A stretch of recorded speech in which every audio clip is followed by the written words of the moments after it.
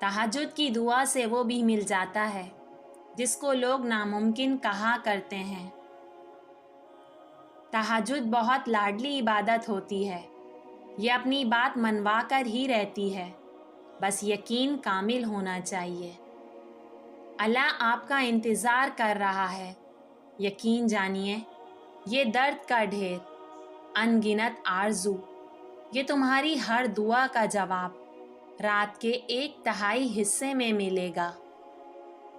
तहज्जुद में वो वक्त बहुत हसीन होता है जब बंदा अल्लाह से बातें करता है। बेशक नसीब से भी जीत जाती हैं वो तहज्जुद में मांगी हुई दुआएं। जिसने तहज्जुद का सजदा नसीब किया है तो नसीब को 4 चांद लगाएगा भी वही, इंशाअल्लाह।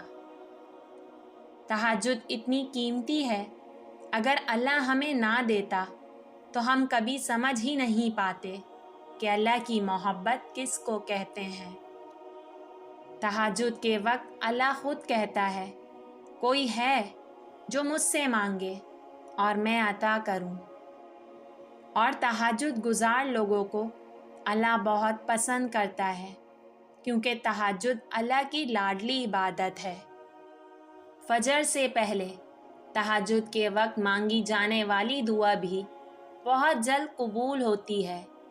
तहज्जुद के वक्त अल्लाह खुद कहता है, कोई है जो मुझसे मांगे और मैं अता करूं।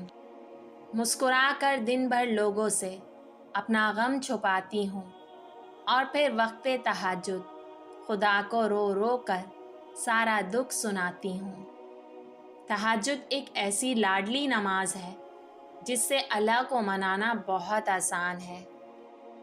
यूं ही तो नहीं पा लिया तुमने तहज्जुद का सजदा, कुछ तो ऐसा है नामुमकिन जो मुमकिन होना होगा। तहज्जुद में मांगी गई दुआओं की शिद्दत से कोई भी मुकाबला नहीं कर सकता, यहाँ तक कि नसीब भी नहीं।